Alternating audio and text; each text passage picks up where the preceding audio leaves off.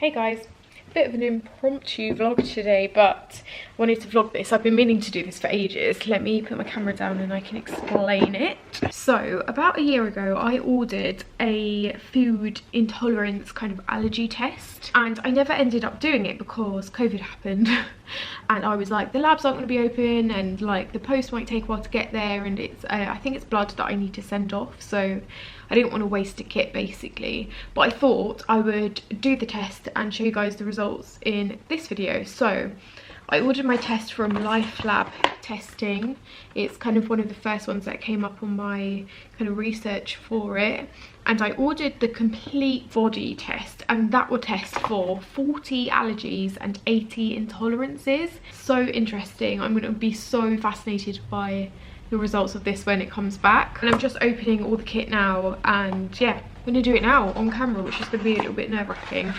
I'm not going to show all the graphic stuff obviously, but in the kit you get an alcohol wipe, a plaster, some absorbent pads, a transport tube, microvet sampling tube, and 2 lancets, which is the bit I'm worried about because that's literally a pinprick, isn't it? We'll see what happens. So I've just registered my kit online. I've got a blood submission card, fill that out, and all these instructions of how to do this. But yeah, I'm just so interested by the results because it says it will test for allergies, intolerances, IgE antibody, IgG4 antibodies, and also this test has a nutritional therapist to follow up with my results, which I think will be really interesting as well. It's quite pricey, but at the moment whilst I'm doing this, it's £82 off this, so it's normally 229 quid and this is 147 quid now. I kind of think that's worth it, because if it means that I know what I'm allergic to and what I can avoid, especially food wise, food intolerances, then kind of priceless. I'm also obviously doing FODMAP at the moment as well, so I have for the past 2 weeks been cutting out a lot of high FODMAP foods, like a lot of wheat, gluten, certain vegetables, glucose, fructose, I think, loads of other stuff. I'm filming loads of content around that, so stick around if you want to see that. But yeah, I should also say, if you're new to my channel and watching this, I definitely think I've got some sort of food intolerance. I know that dairy gives me really bad acne and a really bad stomach sometimes, and I bloat a lot. Like I'm bloated all the time when I'm eating normally, so there's definitely something going on there. And then allergy wise, I know that I'm allergic, like I get hay fever every year. Yeah, it'll be really interesting to see what else. I have just checked with the live chat to see if I can do this whilst on FODMAP, like if it will affect the results in any way, and they said that it's fine. It's only been 2 weeks since I've been cutting food out, and I think some of it might still be in my system. So yeah, I think that alongside doing FODMAP, this will be really interesting to see the results of. So, okay, I've held my hand under a hot tap and now I'm swinging my arm 5 to 10 times. Stimulate blood circulation. There's a lot to do in quite a short space of time. I'm really scared of it. This is gonna hurt. Well, yeah, okay, there's definitely stuff going on now. Okay, open that, open my blood tube. Okay, get my wipe. Oh god, oh no, oh, my hand's gone really pink. Do this finger, put that there, get this, hold it like that. Okay, oh god, okay. Put that there, side of the finger, stand up, and oh yeah, that hurt. I need to get out of this. Oh my god, that is so much blood I need to get out. This is gonna take ages. Just massaging my hand. If you don't like blood, look away. That actually wasn't that painful. It's just the shock of it, isn't it? It's like injuring yourself on purpose. It's not a good feeling. I'm well proud of myself. I remember doing this before for a STI test, I think, with my old housemates, and I could not get the blood out. It was taking ages. I had to prick myself like 5 times. So interesting that they can tell so much from blood, isn't it? It's definitely drying up now. I might need to prick myself again. I'm gonna have to do it again. That is so annoying. I'm so close but so far. I'm gonna have to do it again. Hello guys, so I am back and I have my results through to my allergy intolerance testing, and I'm going to run through them with you today. So this is actually like a week after I got my results. I just haven't had an opportunity to sit down and run you through it, but I got them back really quickly. So I posted my blood sample on Tuesday and I got emailed my results on Saturday morning. Since then, I sent through all my results to my mum. She's done the test, but she hasn't got her results back and it's been a bit longer for her. So I guess I was just lucky in that I got them back really quickly. But yeah, it's been very interesting seeing the results of this, and it makes a lot of sense. But there are still a couple of things that I'm a bit like, So I think I'm going to order another test. I know that there's another company called York Testing, which is a really famous, popular one, just purely as an experiment and out of curiosity to see if the results differ. I've also ordered one which was really cheap in comparison from a company called Check My Body Health, I think, and this one's really different because it's a hair sample, so I need to like cut some strands of hair out and send those, which is a bit weird. But yeah, doing that blood test was really difficult. I just could not, like, the first bit got quite a lot of blood out, but the second bit I felt like I was trying to stab my finger for about an hour. It was awful, and my mum had a problem with it too. So yeah, I need to really think about if I want to order another one and stab my fingers to death again.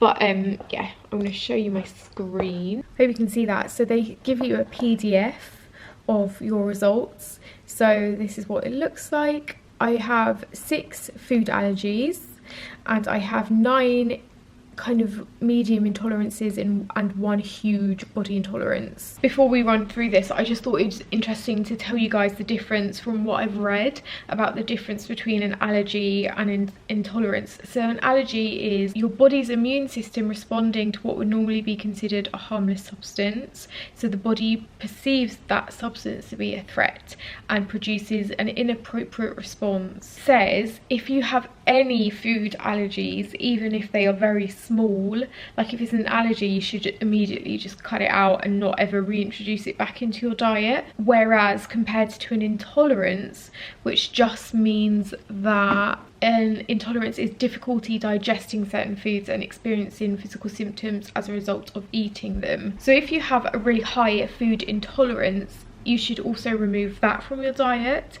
However, if you have like a low or small or medium intolerance, you can eliminate it from your diet for a couple of weeks and then reintroduce it back in smaller quantities and see what amount gives you symptoms, which is basically what I'm doing now on FODMAP, except I'm not doing it with foods I'm actually intolerant to. I'm doing it with all high FODMAP foods. So yeah, that is very interesting to me because I have some allergies, some food allergies that I'm really sad about the fact that I'm going to have to cut these out, and it's going to be really difficult, which is I guess why I want to do another allergy test, just to double check and make sure, because it will mean that I cannot eat a lot of a certain type of food. But the rest of it, yeah, kind of makes sense to me, and I can probably live with my intolerances. It's very interesting. So this is what it looks like. So allergies here, I'm not allergic to any fish, which is great. Not allergic to meat, great.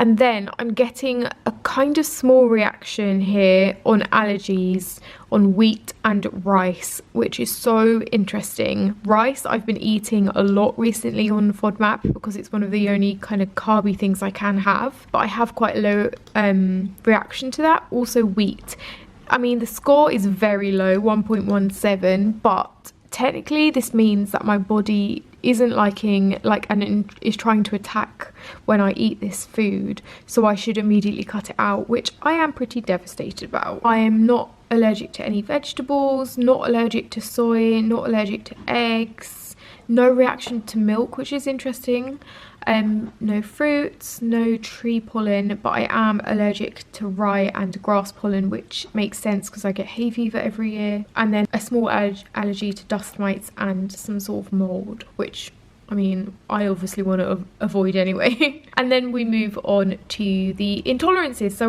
they test 80 different intolerances here. As you can see, fish I'm fine with, which I'm very happy about. Meat I'm fine with. And then that's when we get into the gluten, the wheat. So I have quite a high intolerance to wheat, high intolerance to oat, which is also so sad because I've been having a lot of oats recently. Spelt, rye.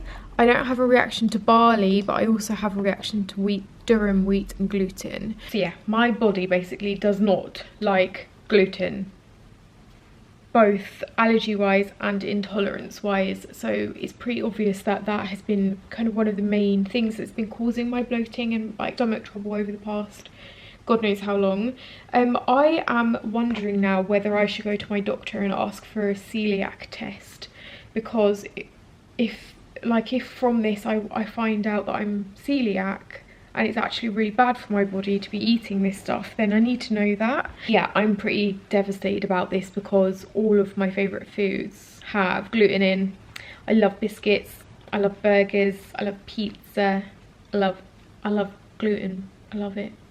And obviously now there are so many good gluten kind of free alternatives, which I've definitely been experimenting with loads on FODMAP. Yeah, it's very interesting. I'll show you the rest of the stuff. So the really interesting thing here is that I don't have any intolerance to rice, but I have an allergy to it, which means I should cut it out of my system still, which again is really sad because I love Chinese takeaways, I love Thai, I love Indians, and that's like the base component. So yeah, I'm really sad about that. And maybe I should try and focus on these things that I can eat. Vegetables, I don't have an intolerance to. This I find really interesting because I've definitely been getting some sort of intolerance to onion recently.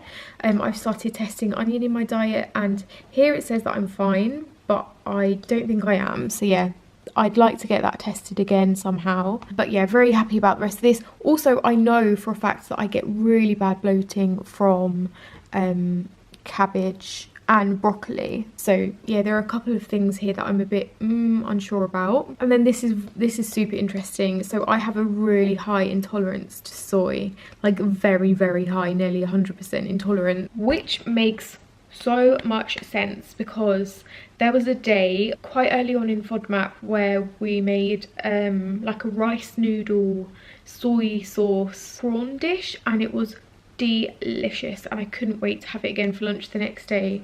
But I had the worst reaction from it and I couldn't work out what was in that dish that I didn't like, and this has totally confirmed the fact that it was the soy sauce in that meal. So yeah, again, I'm pretty devastated about that because I love soy sauce, I love Thai food, and a lot of that kind of stuff has soy sauce in. And also just soy in general. Like all I used to have at one point for years was soy milk, and soybean is in, yeah, it's in everything, so I should definitely cut that out. Got a little intolerance to green bean. That's really funny because green bean is one of the only vegetables I'm allowed on FODMAP, and I'm intolerant to that. No reaction to poultry, but I do have a reaction to cow's milk and casein. I need to Google what casein is, I can't quite remember. But yeah, this isn't a surprise because I get really bad stomach and really bad acne when I have cow's milk or lactose. So yeah, that isn't surprising. And that is pretty much it. Everything else, like, I'm fine with nuts, I'm fine with spice, a little bit of spice and fruit. Oh, this is interesting. Kiwi, I definitely have a reaction to kiwi because my tongue gets really itchy when I eat that, and everything else looks pretty much fine. Yeah, I've really enjoyed this process. I've found it super interesting, and yeah, I do think I want to do another test with another company just to, like, yeah, confirm all of this. But super interesting, especially the soy thing. I'm definitely going to avoid that from now on because for me that's just not worth the side effects. But the gluten thing, yeah, and the rice as well, I'm pretty devastated about. So that has been my allergy food intolerance testing video. I hope you found it interesting, and I really do like this company. I find this PDF that they sent over really interesting. They give loads of information about all the like bits and alternatives and why you need them in your diet. And apparently as well I get a nutritionist, like my pack came with a nutritionist thing, but I haven't had any email about booking that in, so I'm not sure if I'll get that in the end. But yeah, let me know down below if you've had one of these tests. I'll leave a link for you down below as well. I love you guys lots, and I will see you soon.